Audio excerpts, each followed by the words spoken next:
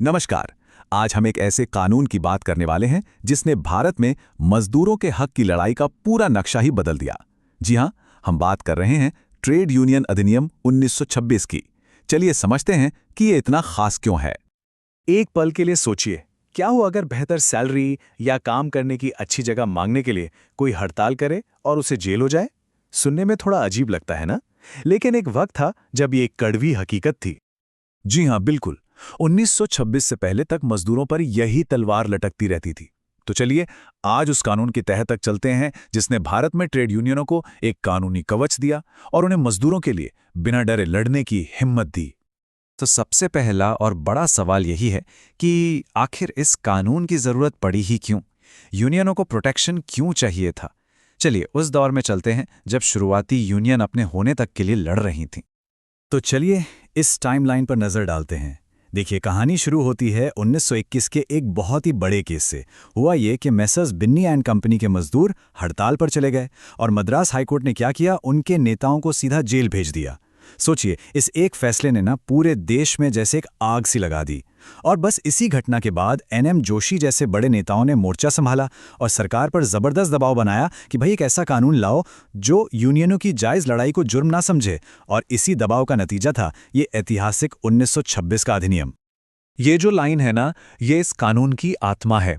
इसका सीधा सा मतलब था यूनियनों को डर से आज़ादी देना, ताकि जब वो मजदूरों के हक के लिए हड़ताल जैसा कोई बड़ा कदम उठाएं तो उन पर आपराधिक साजिश या कंपनी को नुकसान पहुंचाने जैसे गंभीर मुकदमे ना चल सकें।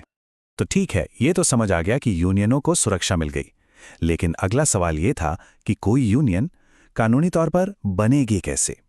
तो ये जो अधिनियम था, ये सिर्फ सुरक्षा ही नहीं बल्कि इसकी पूरी एक रूल बुक भी लेकर आया। अच्छा, कानून में ट्रेड यूनियन की परिभाषा भी काफी दिलचस्प और बहुत बड़ी है। ये सिर्फ मजदूरों का संगठन नहीं है। अगर किसी इंडस्ट्री के मालिक लोग मिलकर अपना एक एसोसिएशन बनाते हैं तो वो भी कानूनी तौर पर एक ट्रेड यूनियन ही है। और इतना ही नहीं, कई सारी यूनियनों का जो फेडरेशन होता है उसे भी एक ट्रेड यूनियन ही माना जाता है। किसी भी यूनियन को कानूनी मान्यता दिलाने का रास्ता एकदम साफ और सीधा है। पहला स्टेप, जितने जरूरी हैं उतने सदस्य इकट्ठा कीजिए। दूसरा स्टेप, यूनियन के नियम कानून बनाइए। मतलब यूनियन का मकसद क्या है, पैसा कहाँ से आएगा, कैसे खर्च होगा, चुनाव कैसे होंगे, ये सब कुछ। तीसरा स्टेप, इन सभी डिटेल्स के साथ रजिस्ट्रार को एक एप्लीकेशन दीजिए। और चौथा स्टेप, अगर सब कुछ ठीक ठाक मिला तो रजिस्ट्रार एक सर्टिफिकेट जारी कर देता है और बस आपकी यूनियन लीगली रजिस्टर्ड हो जाती है। अच्छा, अब यहाँ एक बहुत ही दिलचस्प बदलाव हुआ था। देखिए, 2001 से पहले क्या था, कोई भी 7 लोग मिले और एक यूनियन बना ली। इसका नतीजा क्या हुआ?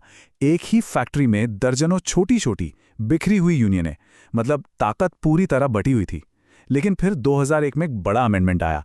अब नियम यह है कि भाई कम से कम 10% कर्मचारी या फिर 100 लोग, जो भी कम हो, उनका साथ आना जरूरी है। आइडिया बड़ा सिंपल था। कई कमजोर यूनियनों की जगह एक मजबूत सॉलिड यूनियन हो जिसकी आवाज में वजन हो, दम हो। लेकिन देखिए, कानूनी दर्जा मिलने का मतलब सिर्फ ताकत मिलना नहीं होता। इसके साथ कुछ बहुत बड़ी जिम्मेदारियां भी आती हैं। ये बिल्कुल एक सिक्के के दो पहलुओं की तरह हैं। एक तरफ है अधिकार तो दूसरी तरफ है कर्तव्य। ये स्लाइड बिल्कुल एक तराजू की तरह है जो इस बैलेंस को दिखाती है। देखिए, एक पड़ले पर है कानूनी सुरक्षा का भारी कवच, जैसे हड़ताल करने पर क्रिमिनल केस से बचाओ, और दूसरे पड़ले पर हैं जिम्मेदारियां, जैसे कि पैसों का पूरा हिसाब किताब रखना, नेताओं के चुनाव के नियम मानना और सरकार को हर साल अपनी रिपोर्ट देना। तो सबसे अहम बात यह है कि यूनियन के पैसे का इस्तेमाल मनमर्जी से नहीं हो सकता। बिल्कुल नहीं। कानून में इसकी पूरी एक लिस्ट दी गई है। ये पैसा यूनियन के ऑफिस के खर्चों, कानूनी लड़ाई या फिर किसी सदस्य की बीमारी या दुर्घटना में मदद के लिए ही इस्तेमाल हो सकता है। हाँ, एक बात और, राजनीतिक कामों के लिए एक अलग से फंड बनाना पड़ता है और उसमें पैसा देना या ना देना ये पूरी तरह से सदस्य की अपनी मर्जी पर होता है। और ये स्लाइड एक और बहुत जरूरी नियम को दिखाती है कि यूनियन का नेता कौन बन सकता है। कानून साफ कहता है कि ज्यादातर पदाधिकारी अंदरूनी होने चाहिए, मतलब उसी इंडस्ट्री के कर्मचारी। इसके पीछे का मकसद भी बहुत साफ है।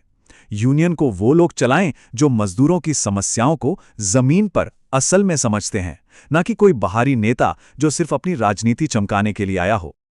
लेकिन इतना अहम होने के बावजूद इस कानून में कुछ बहुत बड़ी खामियां भी हैं।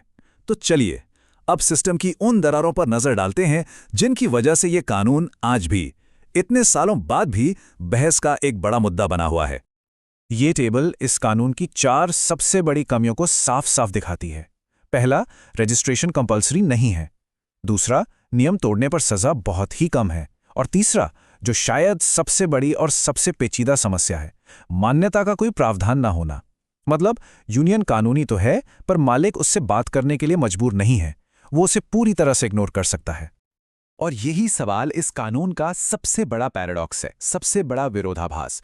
सोचिए, एक यूनियन कानूनी तौर पर रजिस्टर है, सरकार उसे मान्यता दे रही है, लेकिन मालिक कहता है मैं तुमसे बात ही नहीं करूंगा, तो फिर उस कानूनी दर्जे का मतलब ही क्या रह गया? यही वो एक सवाल है जो दशकों से लेबर रिफॉर्म्स की हर बहस के सेंटर में रहा है। तो चलिए अब अपने आखिरी हिस्से में ये देखते हैं कि क्या इन खामियों को दूर करने की कोशिशें हुईं, और अगर हुईं तो उनका नतीजा क्या निकला। ये टाइमलाइन दिखाती है कि इस कानून को सुधारने का सफर कितना लंबा और कितना मुश्किल रहा है। देखिए, 1947 में मान्यता को जरूरी बनाने की कोशिश हुई, पर वो कानून कभी लागू ही नहीं हो पाया। फिर कई बिल आए और ठंडे बस्ते में चले गए। एक असली और बड़ा बदलाव आया सीधे 2001 में, जब सदस्यता के नियम सख्त किए गए और बाहरी नेताओं पर लगाम कसी गई। तो इन सारी कोशिशों का निचोड़ क्या है? लगभग हर एक्सपर्ट कमेटी ने, हर कमीशन ने एक ही बात कही है कि ये जो दर्जनों अलग अलग श्रम कानून हैं, इनकी खिचड़ी की जगह एक सिंगल मजबूत कानून होना चाहिए। एक ऐसा कोड जो यूनियन रजिस्ट्रेशन से लेकर विवाद सुलझाने तक हर चीज को एक ही रूल बुक में ले आए। तो अंत में ये एक बड़ा विचारणीय प्रश्न बचता है। लगभग एक सदी की बहस के बाद क्या दर्जनों कानूनों को मिलाकर एक कानून बना देना ही भारत के जटिल लेबर रिलेशंस का आखिरी और पक्का समाधान है? ये एक ऐसा सवाल है जो आने वाले समय में भी श्रम सुधारों की दिशा तय करता रहेगा।